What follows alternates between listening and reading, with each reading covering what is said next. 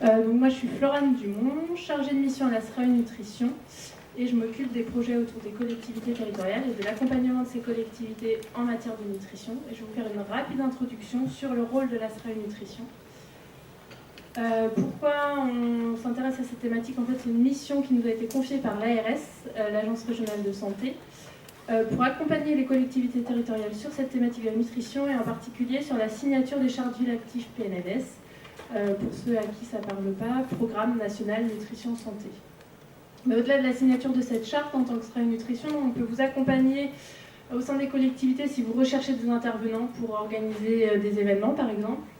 Valoriser les actions qui sont mises en place via notre site internet notamment, où on a un répertoire des actions et des outils. Donc mettre à disposition des outils et des documents d'information, point suivant. L'accompagnement à la signature de la charte ville active, comme je viens de le dire. Et puis l'animation des collectivités territoriales signataires de cette charte ville active. Donc actuellement, après le stage d'Audrey, qu'elle va vous présenter, il y a 6 villes signataires sur la région des Pays de la Loire. 6 ou 7, je ne sais plus exactement dans quel ordre ça s'est fait, mais voilà. Juste 2 mots sur cette charte ville active. C'est une charte qui est signée par le maire ou le président de l'EPCI, l'établissement public de coopération intercommunale, avec l'ARS Pays de la Loire et le ministère de la Santé. Et en signant cette charte, la collectivité s'engage à nommer un référent nutrition au sein de la collectivité, mettre en place des actions nutrition tous les ans. En fonction du nombre d'habitants, il y a plus ou moins d'actions à mettre en place. C'est en fonction de la taille de la collectivité en fait. Et puis rendre compte annuellement de ce qui s'est fait dans la collectivité. Voilà rapidement pour cette charte. On a laissé la parole à Julie, je vais la laisser se présenter. Julie, est-ce que vous pouvez nous expliquer en quoi la nutrition intéresse la communauté de communes des Coévrons et puis pourquoi vous voulez vous investir sur cette thématique? Alors, donc bonjour à tous. Déjà, je voulais dire que j'étais ravie d'être là aujourd'hui. Alors, juste pour vous faire un petit peu le contexte de la communauté de communes, donc elle a signé il y a un peu plus d'1 an un contrat local de santé dont je suis l'animatrice. Et donc, c'est déjà voilà, un premier pas pour s'occuper de la santé. Et dans ce CLS qui contient 5 axes, il y en a un qui est consacré à la promotion de la santé et à la prévention. Et il y a déjà une fiche action sur l'activité physique. Donc l'idée là, c'était de dire aux élus, bon, c'est bien, il y a l'activité physique, mais ils ont notamment été interpellés par une étude qui est sortie il n'y a pas très longtemps et qui disait que l'obésité augmentait plus rapidement dans les zones rurales que dans les villes. Donc il faut savoir que la communauté de communes des Coévrons, c'est 31 communes et 28 000 habitants. Donc c'est pas forcément une très grosse collectivité, mais voilà, on est en zone rurale et les élus se rendent compte de plus en plus que voilà, il y a de l'obésité aussi là, donc qu'il faudrait agir. Donc l'intérêt pour nous vraiment de signer cette charte, tout d'un coup, c'est vraiment de mobiliser les élus, tout d'abord, de leur dire voilà, on s'engage dans la nutrition, alimentation et activité physique, et donc vous y participez et on y va.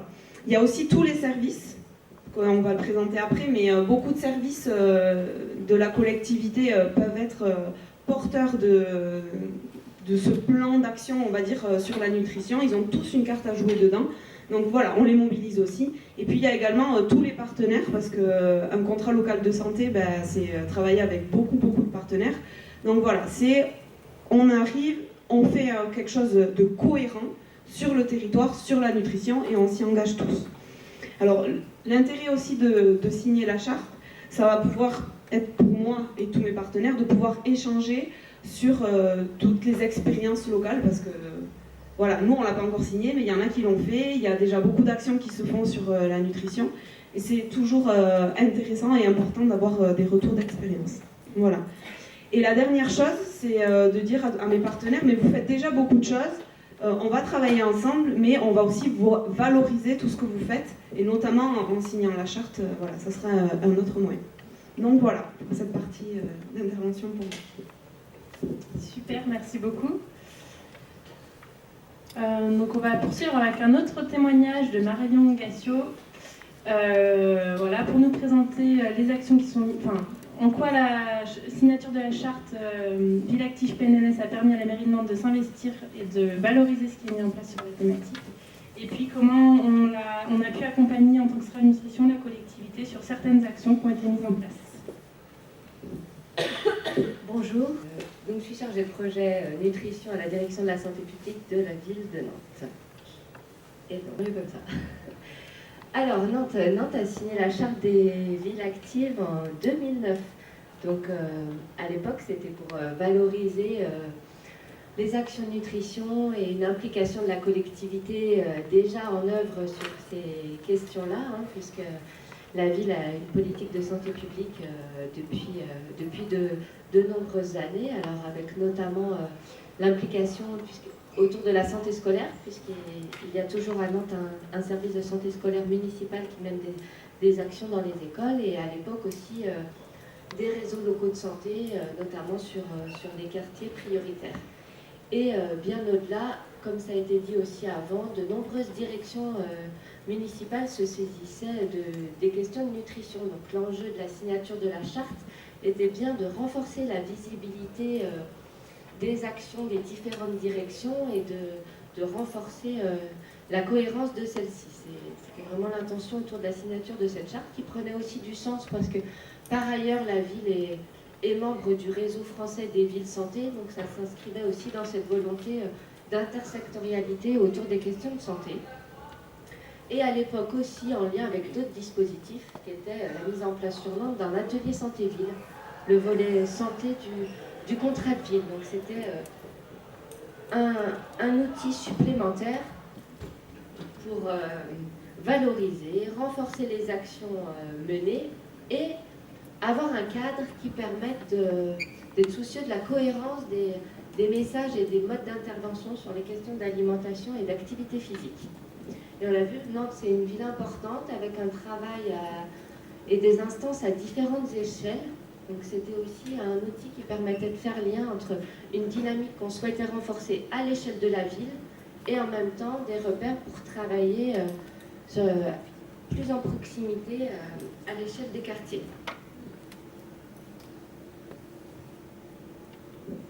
Donc signer la charte, c'était vraiment un souci de renforcer cette approche transversale en interne et de donner du sens au fait que chacun peut avoir un rôle à jouer en matière de nutrition et de positionner aussi la santé publique en interface avec les différentes directions pour les accompagner et valoriser leur rôle en nutrition. Donc à la fois en travaillant à l'échelle d'un quartier, en se disant mais oui, travailler à implanter des marchés sur des quartiers prioritaires, c'est aussi une action de santé et de nutrition. Et d'impliquer les habitants dans une démarche comme celle-ci, c'est aussi une façon d'intervenir. Le rôle de la santé publique est aussi d'éclairer la prise en compte de la santé dans des plans plus structurants en matière et aussi portés par la métropole. Donc comment les questions d'alimentation et de santé sont aussi travaillées avec l'agriculture périurbaine, notamment par exemple dans le cadre du projet alimentaire de territoire. Un autre levier, c'est comment on éclaire les élus, les décideurs sur l'impact en santé des différentes politiques publiques, comme ça a pu être fait avec l'expérimentation d'un outil d'évaluation économique de l'impact de la pratique du vélo et de la marche, mais aussi de continuer à mener des actions de sensibilisation et d'information du grand public, comme par exemple autour de la fête des fruits et légumes frais qui fédère depuis de nombreuses années des partenaires et des directions municipales et métropolitaines.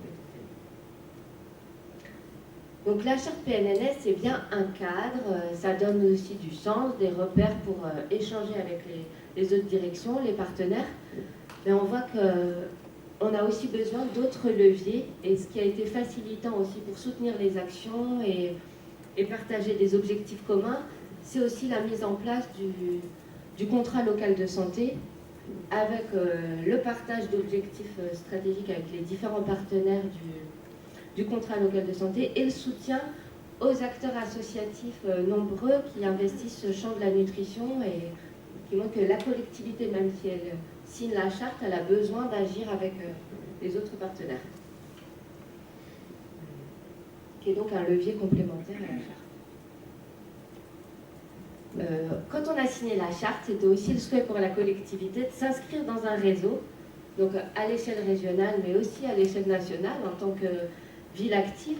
Et donc on avait eu aussi la chance que notamment le colloque des villes actives du PNNS en 2013 se passe à Nantes, qui a été aussi un moment pour partager, échanger à l'échelle nationale, mais aussi locale en fait, avec les acteurs du territoire sur les actions qui étaient menées par les différentes collectivités. Et donc le souhait de participer et de s'inscrire encore plus dans un réseau régional, c'est aussi conforté avec la mise en place de l'ASRAE, quand on a eu des échanges dès la préfiguration. Et c'est là, comme on partageait ce souci en lien avec la charte PNNS, d'avoir un discours commun, des repères communs avec les différentes associations qui interviennent sur le territoire, on a pu initier un groupe de travail qui réunit les différentes associations pour mieux se connaître, justement partager ces cadres communs, réfléchir ensemble sur comment on intervient sur ces questions auprès des habitants, quels sont nos repères, nos valeurs communes. Et donc c'est dans le cadre de ce groupe qu'on a pu élaborer ce cadre commun que vous voyez, des repères pour intervenir en nutrition. Et donc ces associations sont certaines présentes dans la salle et représentées au niveau d'un stand avec tous les autres stands aujourd'hui. Et donc la participation aussi de l'ASRAE pour nous aider à développer et poursuivre ce travail en réseau, par exemple sur les questions de sport-santé, ou comment on chemine ensemble. Et on a pu, par exemple, co-organiser un séminaire sur les liens entre activité physique et santé mentale. Voilà des exemples un peu de collaboration et d'appui de l'ASRAE pour aller ensemble plus loin sur ces enjeux-là. Et donc c'est tout naturellement, alors que la collectivité réfléchit et aujourd'hui renforce encore plus la prise en compte de la santé et de la nutrition de façon transversale, a choisi de se réengager l'année dernière en signant la nouvelle charte des villes actives.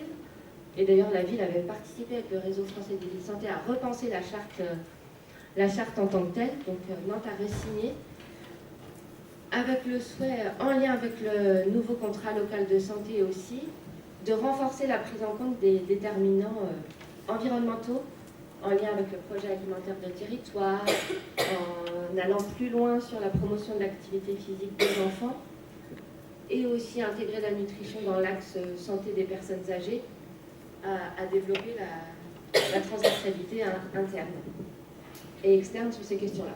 Et donc en lien avec la signature de la charte, il y a notamment un premier temps de partage avec les acteurs du territoire le 18 novembre pour prendre connaissance et partager encore autour des enjeux de santé sur Nantes, avec les inégalités sociales qui sont encore présentes, et voir comment on peut renforcer nos actions ensemble. Merci. Merci beaucoup.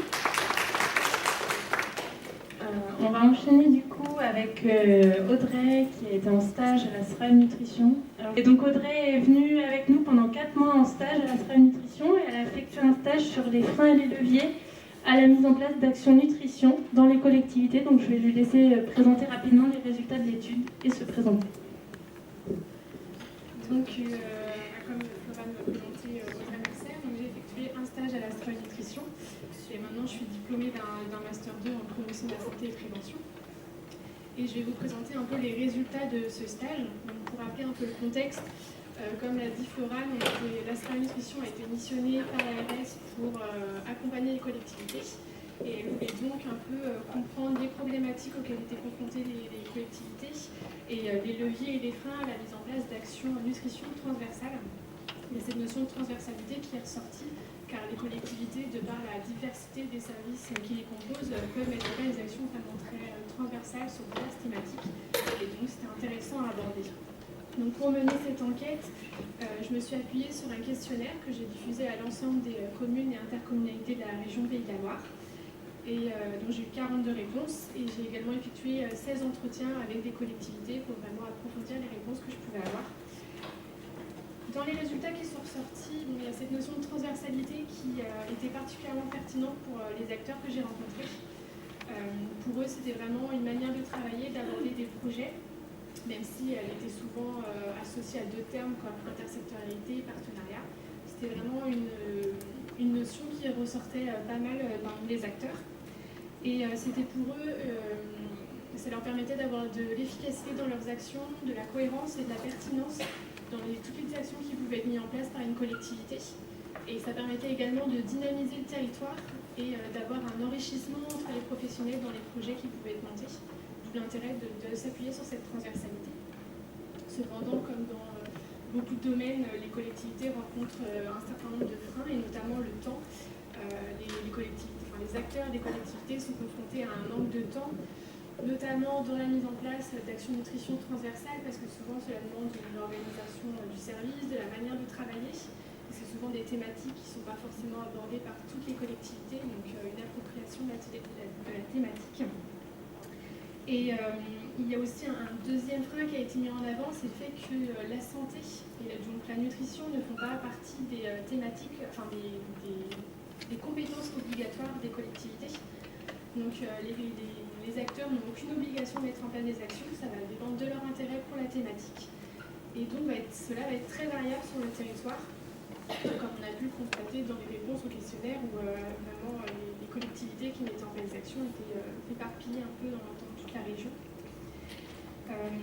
Cependant, j'ai pu également mettre en avant 3 leviers d'action qui ont été particulièrement présentés par les acteurs, et notamment la communication interne qui a été dit comme incontournable pour les acteurs pour mettre en place des actions, pour avoir de la cohérence. Le deuxième levier est la définition d'un cadre de travail pour que chacun sache les objectifs, la stratégie mise en place et savoir un peu comment ça va s'organiser. Et enfin, le troisième levier est la définition la mise en place d'une culture commune par des échanges. Et cela est d'autant plus important en nutrition car cette dernière peut être un peu difficile complexe à comprendre, notamment parce que les acteurs n'ont pas forcément tous les mêmes définitions ou les mêmes approches selon leur secteur d'activité ou la thématique qu'ils associent à cette dernière. 2 autres notions ont également été mises en relation avec la nutrition et la transversalité, et notamment l'aspect politique qui est incontournable lorsqu'on a affaire à des collectivités. Et le deuxième élément est la diversité des programmes en matière de nutrition qui existent, que ce soit au niveau régional ou national. Donc l'aspect politique est particulièrement important pour les acteurs car selon eux, un portage politique et le soutien des élus peut être considéré comme un frein et un levier. Ça peut être un frein si le portage est inexistant ou alors un véritable levier si celui-ci est important. Cela va notamment avoir de l'influence sur les financements alloués. Et il faut également prendre en compte un événement important dans les collectivités qui est les élections municipales, car cela va impacter sur les priorités et les actions mises en place. Donc, le deuxième élément est la diversité des programmes qui existent en matière de nutrition. Donc, ça peut être des leviers parce que cela permet souvent d'avoir un référent en la matière. Par exemple, pour la charte ville active du PNLS, il y a un référent qui est nommé de la charte. Cela permet de un peu coordonner les acteurs et d'avoir plus facilement savoir vers qui aller pour avoir des réponses. Cependant, la diversité de tous ces programmes les rend complexes à comprendre et on peut voir comment vont s'articuler ces différents programmes et ils ne sont pas forcément adaptés à tous les types de collectivités, notamment la taille des collectivités. Chaque collectivité n'a pas tous les services à leur disposition. Donc voilà les quelques éléments qui ont été mis en place par l'enquête que j'ai menée et qui ont permis à l'Astra Nutrition de mieux comprendre le public des collectivités et qui va leur permettre d'avoir une réflexion plus poussée sur l'animation qui va être mise en place du réseau de la charte vie active du PNLS. Donc, je vais maintenant laisser les autres intervenants intervenir. Merci beaucoup. Je propose à Julie de réagir sur ces freins et leviers pour voir si effectivement à la communauté de communes des Coëvrons c'est identifié comme tel. Donc je vais juste reprendre quelques points qu'a cité Audrey. Donc je vais plutôt commencer par les leviers parce que je suis quelqu'un d'assez positif, donc je préfère commencer par le positif. Donc ce que je vous disais tout à l'heure, c'est qu'en effet au sein de la communauté de communes des Coëvrons, on a des élus qui sont vraiment impliqués. Donc comme l'a dit Audrey, ça peut être, pour nous du coup, l'implication des élus et le portage politique, c'est un levier. Ce n'est pas du tout un frein. Ils sont présents sur cette thématique, donc voilà, je ne doute pas que ça va donner de belles choses. La deuxième chose sur les leviers, c'est que, étant donné que nous sommes une communauté de communes, nous avons beaucoup de compétences qui peuvent agir sur la nutrition, peut-être contrairement aux municipalités. Donc voilà, on peut agir vraiment sur beaucoup de choses et on peut aussi accompagner toutes les municipalités sur leurs compétences à elles. Et ça, c'est vraiment un levier. Là, je travaille notamment avec la restauration scolaire. C'est peut-être un peu aussi la loi Egalim qui les pousse à bouger, mais ils sont en demande, en tout cas, de formation, que ce soit pour les cuisiniers ou alors même le personnel qui sert à la cantine, notamment pour l'éducation au goût. Donc voilà, on a ces leviers-là, en tout cas, dans les coévrons qu'on a déjà identifiés. Alors, concernant les freins, je vais parler de la transversalité, mais du coup, dans les freins, parce que même si on a toutes les compétences, mes collègues ne se rendent pas forcément compte que ça peut agir sur la nutrition. Je vais vous donner un exemple tout bête. J'aime beaucoup parler d'urbanisme favorable à la santé, mais quand je parle de ça à mes collègues, ils me regardent et ils me disent Julie, je ne sais pas du tout comment on fait, je ne vois pas du tout comment ça peut s'intégrer dans une communauté de communes rurales, parce que c'est un frein, on parle beaucoup d'urbanisme favorable à la santé dans les grandes villes. Mais voilà, c'est comment on adapte ça, comment est-ce qu'on peut aller chercher son pain à pied même, ou à vélo si on habite en hameau un peu éloigné du bourg du village. Ben voilà, pour l'instant c'est pas adapté, je peux vous assurer que toutes les routes en Mayenne ne sont pas adaptées à cela. Donc voilà, c'est tout ça, on est dans une communauté de communes rurales, comment on développe l'activité physique au-delà des jeunes par exemple qui vont être accompagnés dans leurs activités en voiture par leurs parents. Les jeunes qui ne peuvent pas être accompagnés, comment on peut leur donner envie de faire un petit peu d'activité physique au quotidien. Donc voilà, c'est peut-être un peu un frein, cette transversalité. C'est un levier pour beaucoup de choses, mais voilà, chaque service reste quand même dans son champ, et souvent quand on leur parle de santé, on leur ramène quand même quelque chose en plus à faire. Donc voilà, ça peut être aussi un petit frein. Donc voilà ce que je voulais souligner avec vous, je ne vais pas en dire plus. Et je vous remercie pour votre attention. Merci.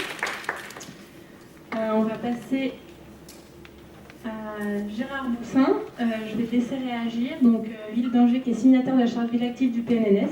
Et puis j'imagine que vous avez des réactions également sur les freins et leviers que vous avez pu rencontrer au sein de votre collectivité. Oui. Bonjour, donc Gérard Boussin, direction Santé publique Ville d'Angers. Angers a adhéré au réseau des villes actives en 2007. Alors ça paraissait difficile quand on a eu cette proposition de ne pas adhérer. Quand on est une ville qui a développé des actions, qui continue à en développer, ça paraissait naturel effectivement de répondre et d'adhérer et de s'inscrire comme une ville active du programme national nutrition santé. La question c'était pourquoi adhérer? Alors adhérer, ça nous paraissait important pour pouvoir témoigner des actions qui se mettaient en œuvre. C'était aussi une façon de légitimer les actions. Parce que vous l'avez dit à plusieurs reprises, les uns et les autres, les villes n'ont pas de compétences dans le champ de la santé, donc ça apporte aussi une légitimation, donner de la lisibilité et inscrire dans une cohérence et une dynamique nationale, c'est toujours important. Quand il y a un programme national nutrition santé, un plan national, de pouvoir s'inscrire dans une dynamique d'un plan national.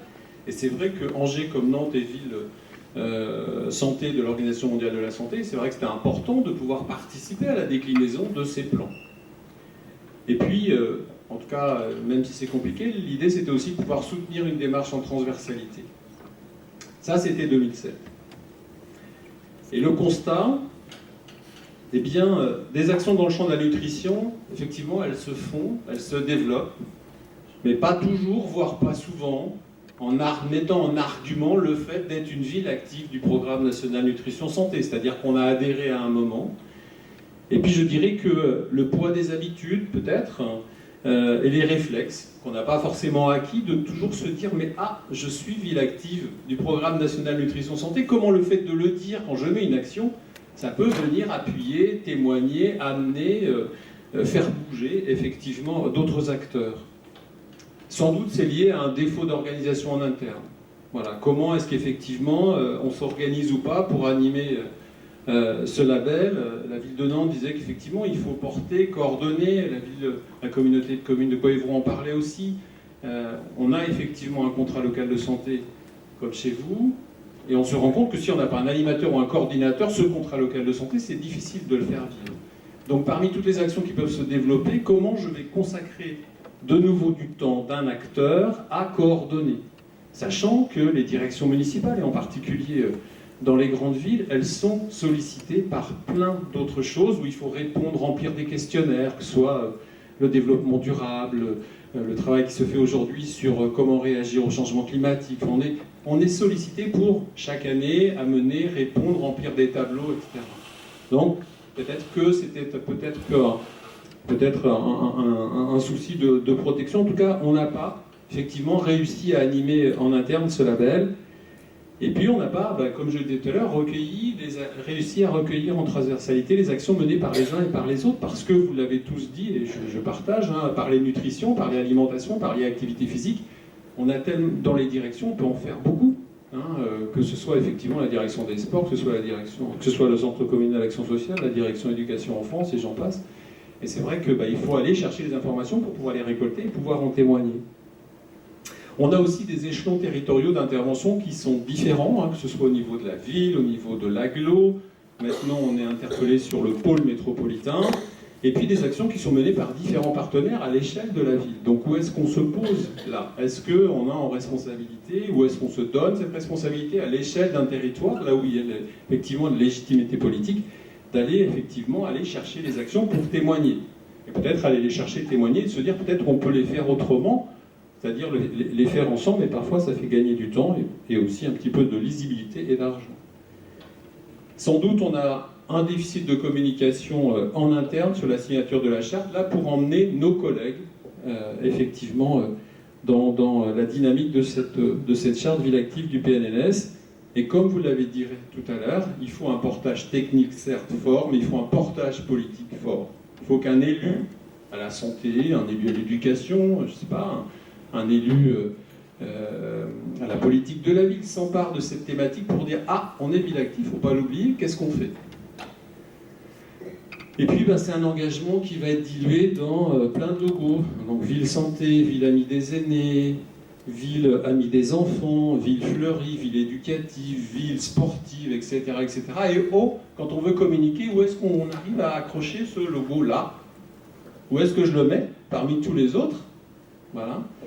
Lequel j'utilise, mais surtout où est-ce que je le mets, et puis est-ce que ceux que j'aimerais qu'ils le mettent, par exemple, je sais pas, la direction des sports, quand on a une manifestation comme Tout Angers bouge, qui bouge une centaine d'associations, et l'année dernière c'était 25 000 Angevins, est-ce qu'on va réussir à trouver une place où le mettre? Voilà, c'est aussi ça, et est-ce qu'on y pense? Et puis vous savez comment ça se fait, la communication, ça va très vite, et puis au moment où quand le coup est parti, c'est trop tard. Voilà, on n'a pas la possibilité d'aller venir scotcher un petit bout logo en bas de l'affiche.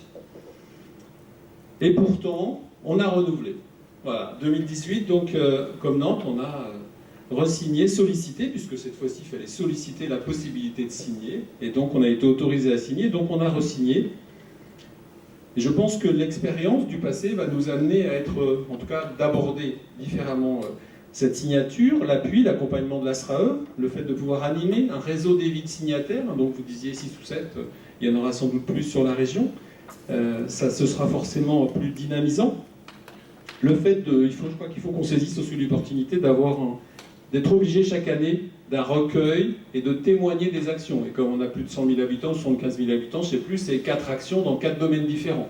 Donc c'est important parce que voilà, il y aura forcément obligation de, et puis cette obligation de, ça nous sera peut-être aussi un moyen pour nous, en commission, pour ce qui nous concerne la commission Solidarité Proximité, et en conseil municipal, de venir témoigner de ce qui se fait effectivement dans ce champ-là. Et puis aussi des nouveaux porteurs, un petit peu, des nouveaux projets, où l'engagement ville active pourra être valorisé. On va en parler, je pense, dans la journée, c'est-à-dire l'activité physique et sportive, la prescription médicale d'activité physique sera un moyen de pouvoir effectivement activer le fait d'être ville active du PNNS. Le parcours éducatif de santé, on a rencontré hier l'inspection académique et ça commence à se mettre en place. Le projet alimentaire territorial, même si ça se fait au niveau du pôle métropolitain, c'est aussi un nouveau projet dans lequel on pourra effectivement mettre en avant le fait d'être une ville active du programme national nutrition santé.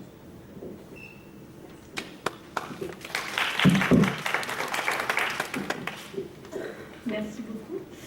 Alors maintenant, on va passer à 2 collectivités qui vont présenter des actions un petit peu plus concrètes peut-être pour vous. Donc la première collectivité, c'est la ville de Bougnay, qui est aussi ville signataire de la charte ville active du PNNS, avec Joël Coin de Roumigny et Sandra Sorin. Donc je vais vous laisser vous présenter également. Bonjour, donc Joël Coin de Roumigny. Donc, je suis élu à la promotion de la santé et au développement durable à la ville de Bougnay. On a regroupé ces deux fonctions en 2017 parce qu'on voit bien qu'il y a un intérêt à la fois à la promotion de la santé et tout ce qui concerne l'environnement, c'est très très lié. Donc ça nous paraissait cohérent d'avoir un seul élu.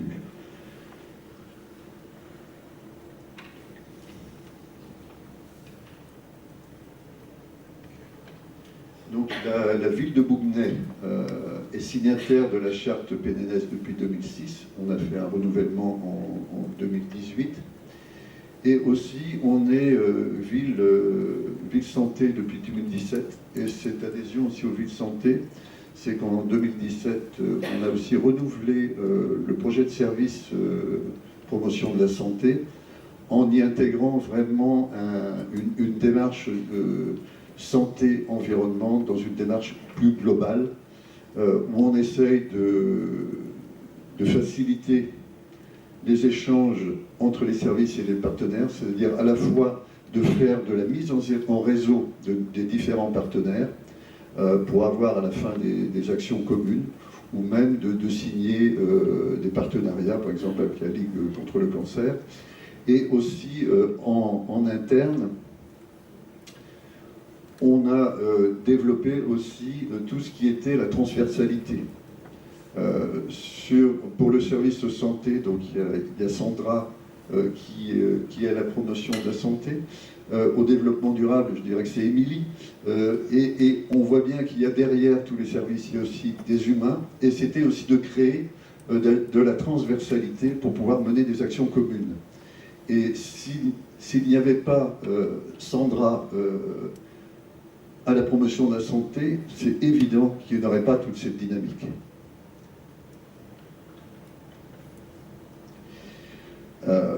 Comme action vraiment au niveau de la nutrition, on a depuis les années 99, en même temps que d'ailleurs le premier service promotion de la santé, on a lancé une restauration bio.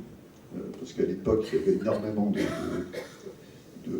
de soucis sur la traçabilité des aliments. Et cette restauration collective réfléchie, nous avons donc, depuis le 99, établi ça dans la filière bio. Cette filière bio nous a amené ensuite à se poser des questions. Qu'est-ce qu'on fait des déchets? Est-ce que les repas sont bien acceptés par les enfants? Il y avait beaucoup de soucis sur les déchets et le gaspillage. Donc on a été amené à peser un petit peu tous les restes, de revoir les grammages, par exemple, de la viande, de revoir des choses comme ça, et surtout aussi de se dire, là, il y a des plats qui ne plaisent pas. Qu'est-ce qu'on peut faire pour que les enfants, sans ramener du jambon pâte tous les jours, qu'est-ce qu'on peut faire pour l'améliorer? On s'est rendu compte, par exemple, si on met du poisson, une brandade de poisson, ça ne marche pas. Par contre, si on met d'un côté le poisson et la purée, les enfants aiment.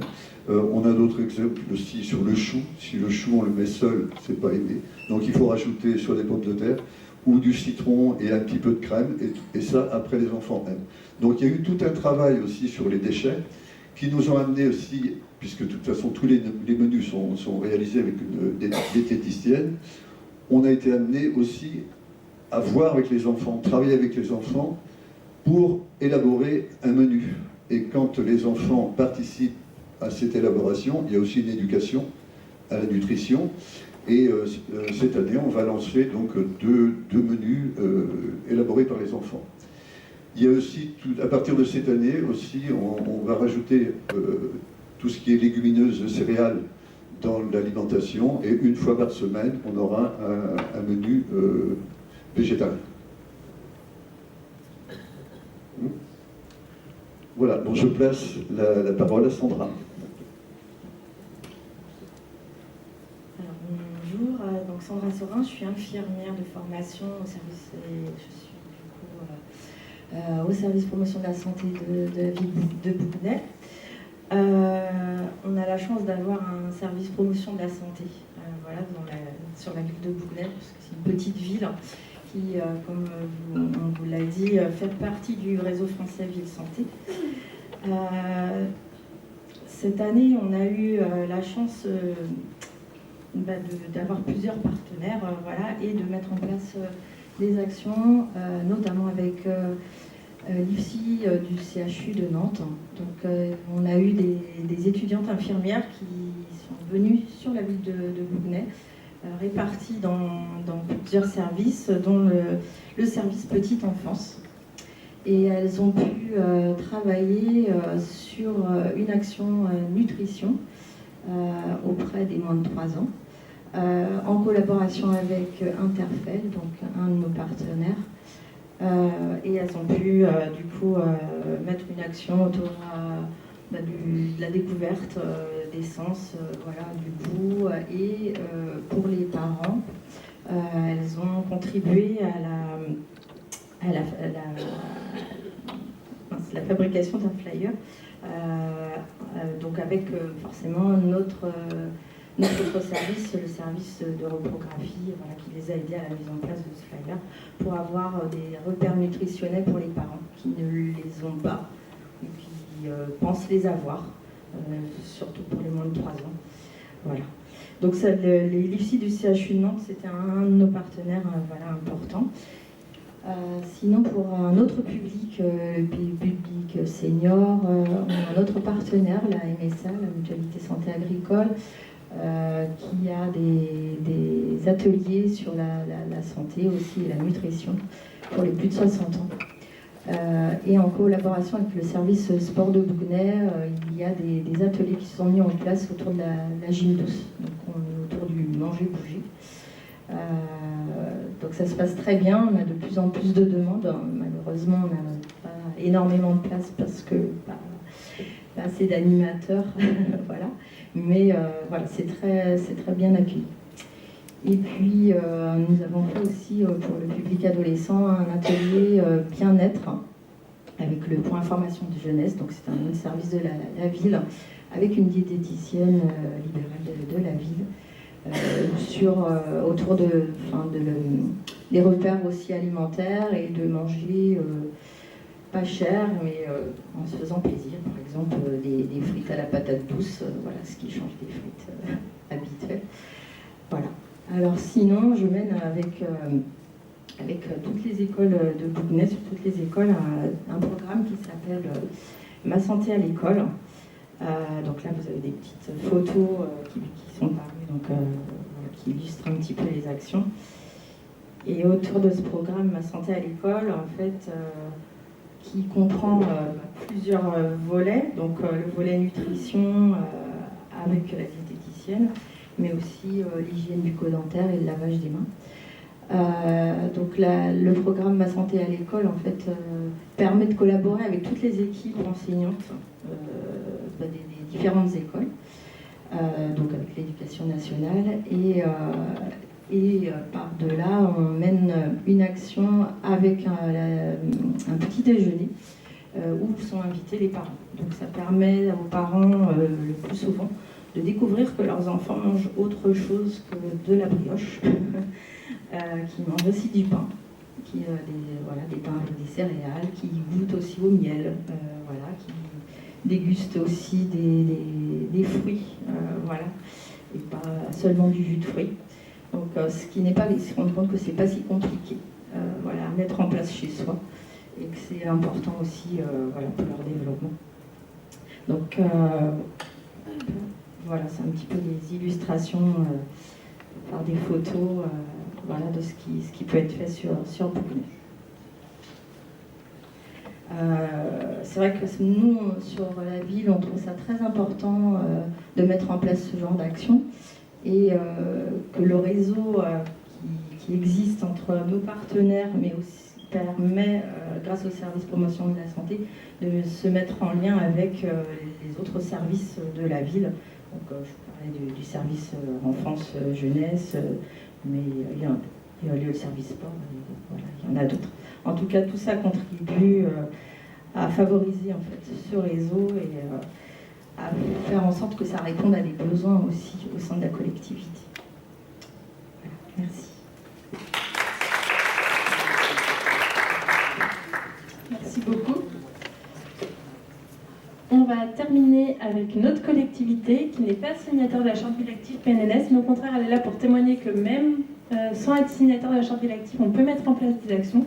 Donc je vous laisse vous présenter.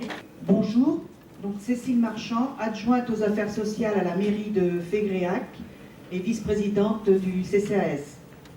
Donc Fégréac, une commune de 2500 habitants. Donc à la suite des élections municipales de 2014, donc le programme de la majorité était de travailler sur les situations de précarité et d'information sur les droits sociaux. Donc un diagnostic avait pointé les difficultés des habitants à se maintenir en bonne santé.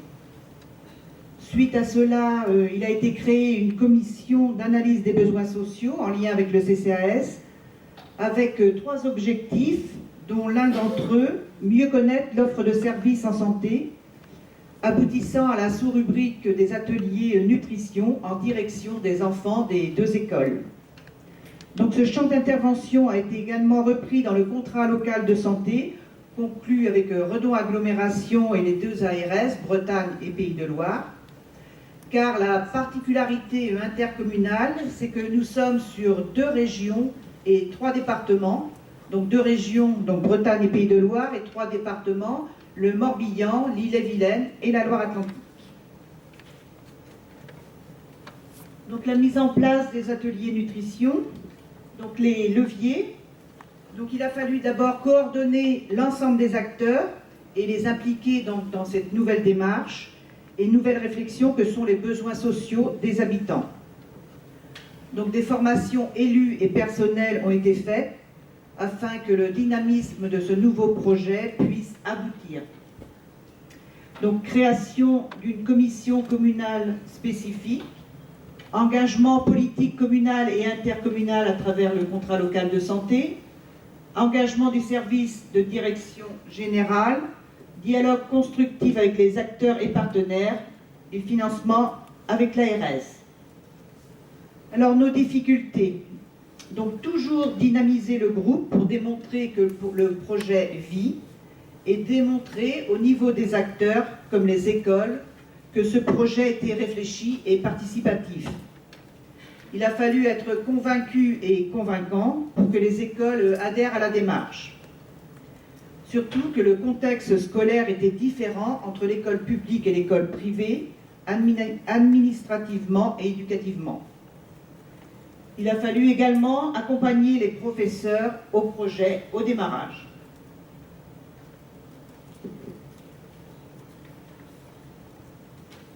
Alors, dérouler des actions entreprises depuis 3 ans. Alors, la première année pour les 2 écoles, donc 2 types de classes concernées, CE2 et CM1. Ils se sont appropriés la notion de complicité entre l'aliment et son mangeur. Atelier co-construit avec l'association Le Pain sur la Planche, connue dans le périmètre du Pays de Redon, et également acteur du CLS. Donc 5 ateliers pour les CE2 et CM1, pour les 2 écoles. La deuxième année, intégration des classes de CM2 pour les rendre autonomes dans la prise du petit déjeuner. En effet, il y a un bilan des acteurs du Pays de Redon et notamment des collèges qui ont souligné que les enfants de notre secteur n'avaient pas le temps de déjeuner le matin. Donc ils sont levés très tôt pour prendre le transport scolaire. Les mêmes ateliers pour les CE2 que l'année précédente. Donc les CM1 ont travaillé sur les représentations en devenant les ambassadeurs. Donc visite d'une entreprise de restauration, de la boulangerie communale et d'un artisan de pâtes. Et ils ont retranscrit ce qu'ils ont fait par affiche pour l'ensemble des écoles. Donc les demandes de financement auprès de l'ARS ont été faites par l'association choisie par le CCAS et ce financement a été déduit du coût global des ateliers. Donc la troisième année, Donc plus de confort avec les écoles, car elles deviennent demandeurs. Mise en place d'ateliers sur la nutrition et le sport, l'équilibre, sommeil, petit déjeuner. Les classes de CE2, CM1 et CM2 sont intégrées aux ateliers. Pour les CE2, la base des ateliers des années précédentes. Et pour les CE1, CE2, ateliers équilibre santé, sommeil, petit déjeuner. Pour les CM1, CM2, ateliers nutrition en corrélation avec des ateliers sport.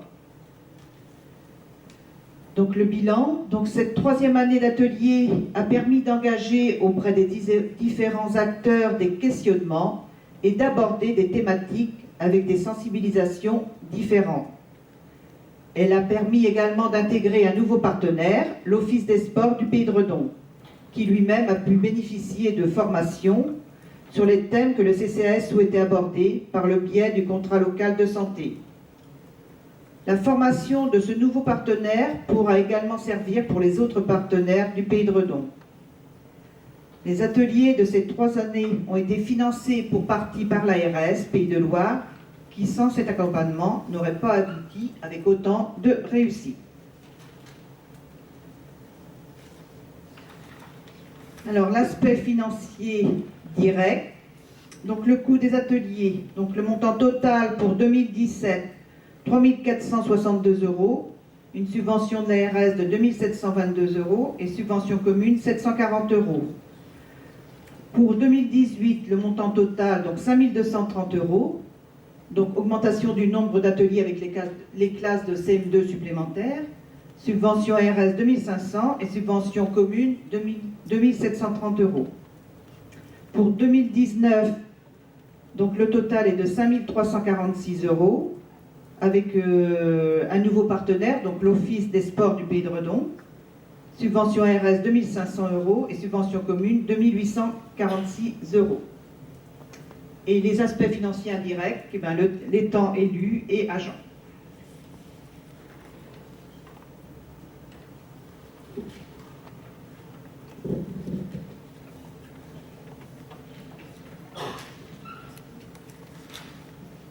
Alors le bilan des actions.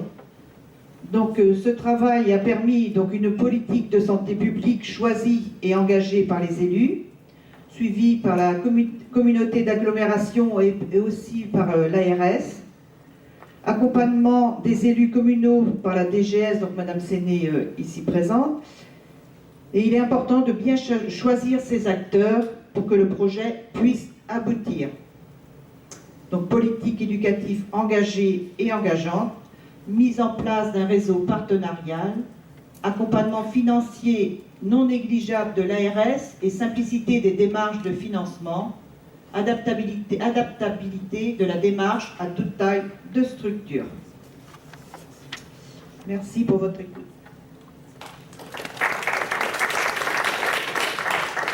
Merci beaucoup. Merci à tous les intervenants. Je ne sais pas s'il y a des collectivités qui souhaitent s'engager sur la thématique, mais qui ne savent peut-être pas trop comment s'y prendre.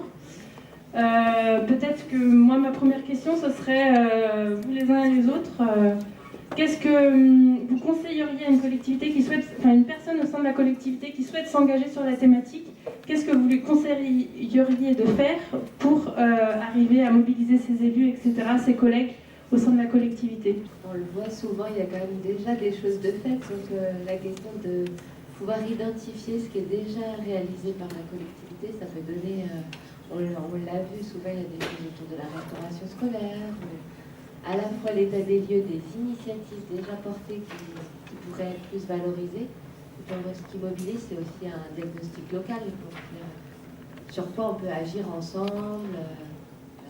Par exemple, la volonté l'engagement des élus. On l'a vu, c'est pas que la charte toute seule, mais comment ça répond aussi à d'autres engagements politiques qui sont portés aussi. Puis, de toute façon, on voit que c'est la question aussi de la référence. Donc, qui dans les services, peuvent aussi être identifiés. Merci. Il y en a peut-être d'autres qui veulent réagir. Je vous laisse vous passer le micro si ça vous va. Comment ? ça aussi, c'est vrai. Donc, nous, en fait, petite collectivité, l'essentiel pour faire réagir les acteurs, c'est tout d'abord de consolider un diagnostic pour que les élus prennent en considération et puis se mettent en retrait par rapport à ce qu'ils peuvent voir sur leur secteur. C'est toujours délicat quand on habite la collectivité de savoir vraiment ce qu'il en ressort, parce qu'on a des a priori, on a déjà l'expérience qu'ont les élus. Donc la priorité, c'est vraiment de mettre en place ce diagnostic qui n'est pas forcément évident, mais vous pouvez avoir pas mal de ressources avec l'INSEE, puisque l'INSEE reprend un certain nombre de caractéristiques, et notamment par rapport à le type de population, la précarité, enfin, également aussi le revenu des ménages, revenu moyen, et un diagnostic sur 3-4 ans, ça permet aux élus de se rendre compte de l'évolution en fait. Et en se rendant compte de cette évolution-là, la mise en place de la politique peut être saisie par l'élu. En fait, il faut que l'élu soit convaincu, et en étant convaincu, c'est par l'analyse que vous allez faire de ce diagnostic. C'est pas facile à faire, hein. Nous, on est une petite collectivité, donc en fait, c'était un travail qu'on a mené, que j'ai mené moi à la direction, mais pour lequel j'ai été accompagnée quand même par Madame Marchand, donc l'élu. Et c'est pas facile parce qu'en fait, le réseau, en fait, vous connaissez tous entre vous, le réseau nutrition, diététiciens, etc. On s'est aperçu que les collectivités petite taille n'étaient pas forcément très représentées. Et pour intégrer votre réseau, en fait, nous, c'est par la volonté par nous-mêmes que nous avons permis d'avoir des partenariats avec vous pour intégrer cette politique à la collectivité. Mais c'est pas simple pour nous non plus, puisqu'en fait, comme vous l'avez indiqué en début de séance, c'est que c'est pas une obligation pour les collectivités. On est surchargé d'un certain nombre de choses à faire, à tout type de taille de structure.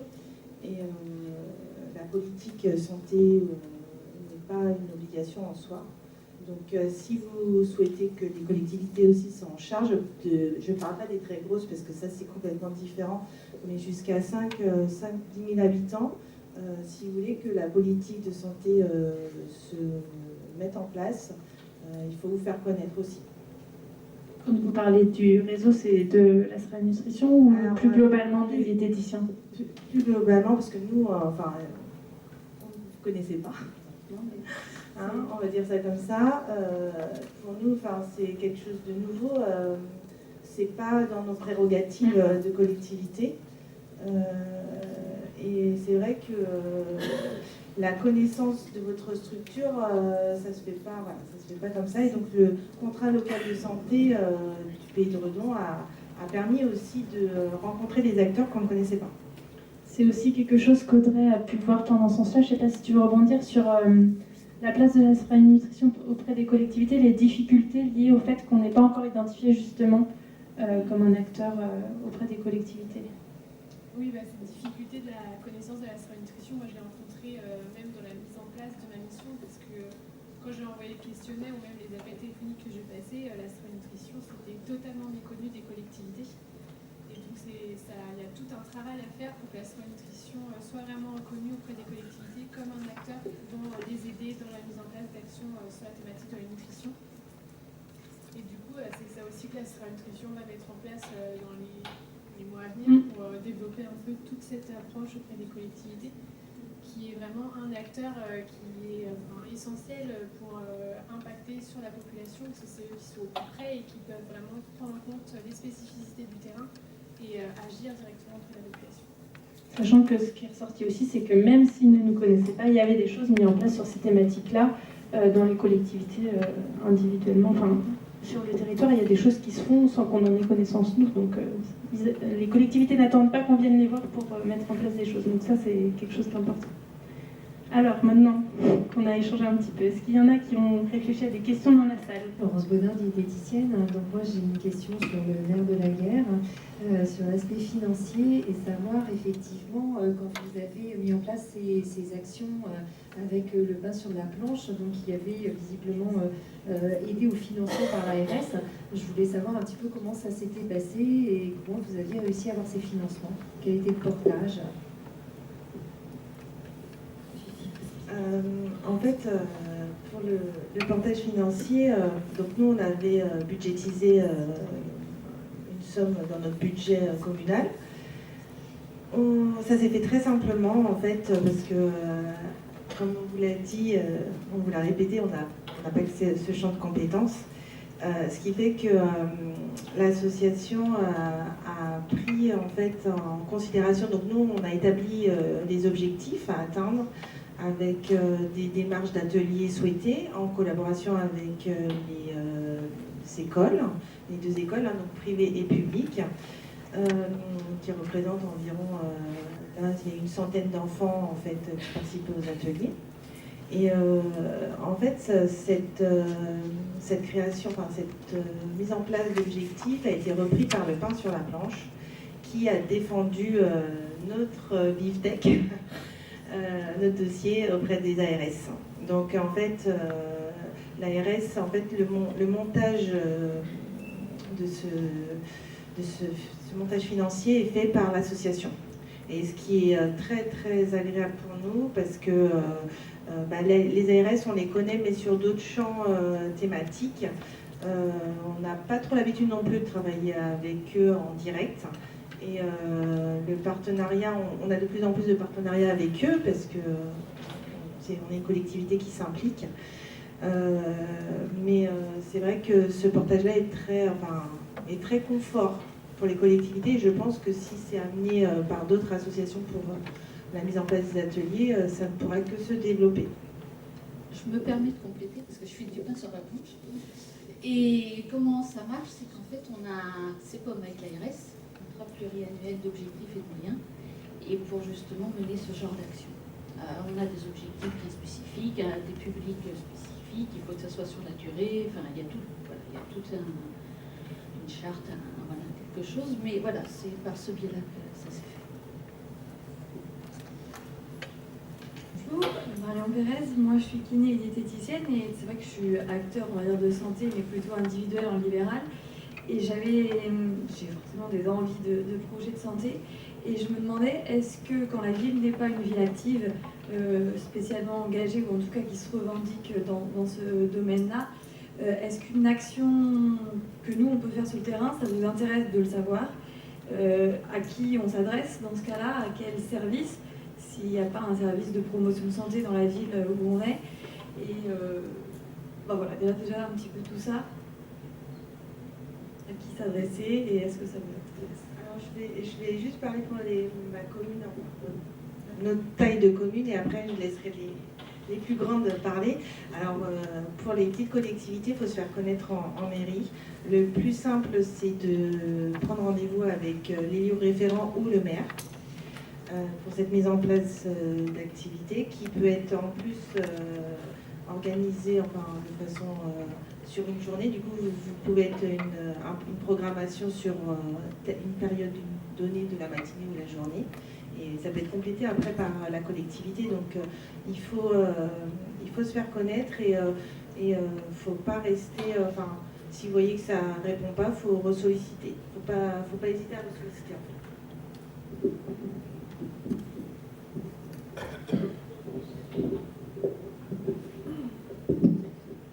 Effectivement, quand on est dans une plus grande commune, je parlais pour la nôtre par exemple, à partir du moment où il y a des actions qui sont mises en place par un acteur sur le territoire, la possibilité c'est de solliciter. Il y a toujours une adresse mail générique d'entrée dans la collectivité et ensuite c'est redistribué en fonction de la thématique, dans le meilleur des cas en tout cas, c'est redistribué vers la direction ou service qui peut accompagner. Après, c'est la façon dont on peut effectivement communiquer, parce que en tant que technicien, on a très envie de communiquer, mais derrière nous, on a aussi les élus, et que communiquer sur une action qui est faite par un partenaire qu'on ne connaît pas forcément, ça demande un minimum de précaution. parce que l'action qui est mise en place, il faut qu'effectivement elle respecte un certain nombre de points d'éthique, que les messages scientifiques soient reconnus, vous voyez. Donc là, ça veut dire en gros, pour une collectivité, pour nous, c'est en tout cas faciliter le lien, c'est aussi prendre contact avec la personne qui porte une action, la rencontrer, puis essayer de comprendre. Voilà. Après, il y a beaucoup de choses qui sont communiquées. Après, c'est comment effectivement votre action particulière va être mise à connaissance et portée à connaissance des habitants de la commune. C'est vrai qu'il y a tellement de communication que c'est vraiment très compliqué. J'allais juste rajouter une toute petite chose, c'est qu'au niveau d'une commune, Bounès c'est 19 000 habitants, on est quelques agents et le temps est compté. Les journées ne sont que de 8 heures. On ne peut pas demander plus aux agents. Donc, et aujourd'hui, c'est ça le nerf de la guerre, c'est que nos moyens humains sont limités, les moyens financiers sont limités, et la seule parade que l'on a trouvée, c'est de travailler en réseau, c'est de travailler en partenariat, c'est de mettre de la transversalité dans les services pour mener des actions en commun. Et c'est vraiment la seule solution que l'on a trouvée pérenne. Et peut-être effectivement aussi d'avoir une personne dédiée à la promotion de la santé dans une collectivité, ça permet d'avoir une porte d'entrée. D'avoir un élu, ça permet d'avoir une porte d'entrée. Donc ça, c'est peut-être aussi des choses qu'il faut promouvoir au niveau des élus, des futurs élus, si vous voulez qu'une commune agisse dans le domaine de la prévention de la santé. Juste pour compléter, je pense que la complexité en fait des collectivités, ça a été soulevé par le stage d'Audrey, c'est la multiplicité des tailles de collectivités et après de l'organisation interne des collectivités. Dans deux collectivités différentes, il n'y aura pas forcément les mêmes services et donc les mêmes personnes à solliciter. Donc ça, c'est un point important. Et juste pour valoriser un peu vos actions, les collectivités, peut-être pas de manière individuelle, mais en tout cas, les collectivités, il ne faudra pas hésiter à nous envoyer nous aussi vos actions pour qu'on puisse le publier sur notre site internet parce qu'on veut essayer de faire vivre un peu ce réseau et de voir qu'est-ce qui est fait sur le territoire. Ça peut, je pense, donner des idées aussi aux autres collectivités ou un appui en fait à celles qui veulent s'investir sur la thématique. Donc il ne faudra pas hésiter à revenir vers nous. Oui. Bonjour. Juste pour répondre, moi j'appartiens comme vous à une petite commune qui n'a pas forcément cette sensibilité naturelle à l'investissement de la promotion de la santé. En tant que professionnel de santé, nous on s'est emparé de ce champ-là. On a créé une équipe de soins primaires, on a répondu à un appel à manifestation d'intérêt auprès de l'ARS sur un petit projet, sur notre collège, sur les élèves de 5e. On avait envie de mobiliser sur le manger-bouger. On a créé un atelier, on a eu une subvention pour le mettre en œuvre et du coup il y a un relais qui va se faire du coup avec la collectivité qui trouve que comme les professionnels s'engagent, ils vont venir nous soutenir sur les actions pour la pérenniser. Voilà, donc en tant que professionnel de santé, on peut aussi s'investir de ce champ-là et emmener avec nous derrière les élus. Donc je pense que... Voilà. Je pense que c'est effectivement la réponse. En fait, il n'y a pas une solution pour mobiliser la collectivité sur ces questions de nutrition. C'est chacun avec les moyens qu'il a et en fonction de la taille de la collectivité, ça va être différent. On ne peut pas donner une formule magique pour dire pour investir les thématiques de nutrition dans une collectivité, il y a cette méthodologie. Ça va être vraiment voilà, en fonction des personnes ressources. Je pense que c'est important, ça aussi, cette idée de personnes ressources que vous allez pouvoir mobiliser et avoir à vos côtés pour mobiliser les élus, etc. Enfin, c'est vraiment important. Et ce qu'a dit Audrey aussi, des fois, ce qui est important à travailler, c'est le langage commun. Parce que quand on parle nutrition entre un service santé et un service sport, on ne va pas forcément mettre les mêmes choses derrière. Et une fois que ce discours commun est mis en place au sein de la collectivité, je pense que ça facilite aussi la mise en place d'actions et de travail entre entreprises. Bonjour, je suis Julie Girard, je suis animatrice d'un contrat local de santé sur le Pays de Cran, en Mayenne. Et je voulais juste apporter un petit témoignage. Nous, sur notre territoire, ce sont vraiment les habitants qui ont proposé de travailler sur cette thématique. En fait, les élus et les professionnels de santé du territoire laissent une grande place aux habitants pour participer à notre projet de santé et participer à notre contrat local de santé. Et donc, on est allé vers les habitants, on leur a demandé sur quelle thématique de santé ils souhaitaient travailler. Et la nutrition, c'est ce qui est ressorti en premier, l'alimentation, l'activité physique. Et donc, suite à ça, Il y a donc les professionnels de santé, les élus, les acteurs du territoire. On constitue un collectif qui s'appelle le collectif Prévention Promotion de la Santé, qui réunit tous les acteurs sociaux, médico-sociaux, de santé, les associations, les élus, les habitants. Et tous ensemble, ils travaillent pendant la durée du contrat local de santé, donc pendant 3 ans, sur la thématique de la nutrition. Donc il y a des groupes de travail qui sont constitués parce que la démarche est populationnelle, on touche tous les publics. Donc il y a un groupe de travail qui va réfléchir à des actions sur la petite enfance, sur l'enfance, la jeunesse. Il y a un groupe de travail sur la précarité, les personnes en situation de précarité. Il y a un groupe de travail sur les personnes âgées, les personnes en situation de handicap. Et il y a un groupe de travail, j'ai fait le tour en fait, c'est sur le grand public. Et donc ça a un impact très fort sur les territoires parce que pendant 3 ans, pendant la durée du contrat local de santé, tout le monde travaille sur cette thématique dans ces structures et avec les différents acteurs et les habitants. Donc ça c'est un super levier aussi, les habitants, pour que les politiques s'engagent derrière sur la thématique. Ça permet de répondre exactement aux demandes du territoire, ce qui est aussi très important dans les collectivités. Effectivement, les contrats locaux de santé sont des bons leviers pour travailler de manière transversale sur la promotion de la santé, et notamment la thématique des nutritions. C'est ressorti comme un levier évident que les collectivités qui avaient un contrat local de santé s'investissaient plus facilement sur ces thématiques, simplement parce qu'il y a un coordinateur du CLS et que du coup il y a du temps humain derrière qui est souvent utile pour mettre en place ces actions. Bonjour à tous, donc moi je ne suis pas diététicienne nutritionniste, je suis responsable de piscine, donc je voulais intervenir avec mon témoignage en tant que gérant d'équipement sportif. Donc les piscines évidemment sont, je pense que tout le monde le sait, des lieux où on accueille effectivement toutes sortes de publics. Ça va de la femme enceinte jusqu'aux seniors, voilà, donc tous milieux sociaux, partagés, et du coup propose énormément aussi d'activités. Ça passe par les scolaires évidemment, l'accueil des adolescents avec les collèges-lycées, ça va aussi sur les activités plus ludiques. Et par ce fait, on met en place des animations ponctuelles. En tout cas, nous sur Pornic, on met des animations ponctuelles, donc comme les soirées zen, les semaines découvertes, espaces détente, découvertes aquagym, etc. Et en partenariat effectivement avec les professionnels, alors eux de santé ou autres d'ailleurs, on a des interventions de ces personnes en mutualisant voilà, les énergies, les motivations, les moyens. Et par exemple, là, fin novembre, on a semaine découverte de l'espace détente, donc c'est la même sauna, douche massante, etc. Donc on a une personne qui va intervenir sur la relaxation aquatique.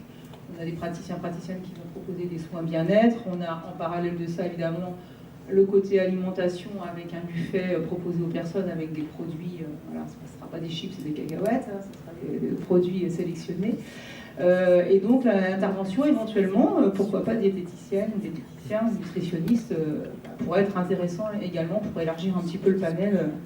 Voilà. Et donc on a mis en place aussi le sport santé sur la piscine, puisque toutes les activités qui se passent en piscine voilà, sont très très bénéfiques pour la santé, reconnues pour leur bien-être. Donc voilà, on a mis en place officiellement avec un flyer, voilà, sport santé, suivi individualisé des personnes, la prescription. Voilà. Donc tout ça, je pense que c'est lié, mais la difficulté, je rejoins plusieurs intervenants, la difficulté c'est d'arriver à travailler ensemble et à communiquer, parce que les journées passent vite, on a beaucoup de travail, et c'est pas les idées qui manquent, c'est souvent d'arriver à se connecter ensemble. Et alors même si les outils d'aujourd'hui sont rapides, l'humain n'a pas toujours le temps de faire les choses, quoi. Mais s'il y a des professionnels effectivement ici de la nutrition et de la diététique, effectivement, n'hésitez pas à contacter les équipements sportifs comme ça qui proposent en général beaucoup d'activités et qui sont complètement complémentaires. Et voilà, dans le cadre du sport santé par exemple, là on le fait depuis 3 ans, et c'est vrai qu'on est à la recherche de personnes qui pourront intervenir alors, sur la piscine ou au niveau de la com d'aglo, parce qu'on a des locaux, des salles de réunion, pour voilà, créer des rendez-vous communs sur des thématiques particulières. Alors ça peut être évidemment la nutrition, ça peut être comment on se déplace aujourd'hui, ça peut être voilà, avec des intervenants, avec des kinés. Voilà. Donc c'était juste pour apporter mon petit témoignage. Effectivement, en fait ça résume très bien tout ce qui a été identifié comme frein et levier. La communication, effectivement, c'est quelque chose qui est peut-être encore compliqué parce qu'effectivement, il y a beaucoup d'acteurs, beaucoup de personnes qui font des choses et ce qui manque, c'est la mise en lien, je pense. Mais après, ça, c'est un travail de fourmi à faire entre vous sur des petits territoires. Et ne pas hésiter à solliciter les mairies ou les collectivités, je pense. Et dans le sens inverse, les collectivités, aller solliciter aussi les partenaires sur le territoire, les professionnels de santé ou des personnes qui peuvent travailler dans le monde sportif également. Mais en tout cas, merci beaucoup à tous et aux intervenants.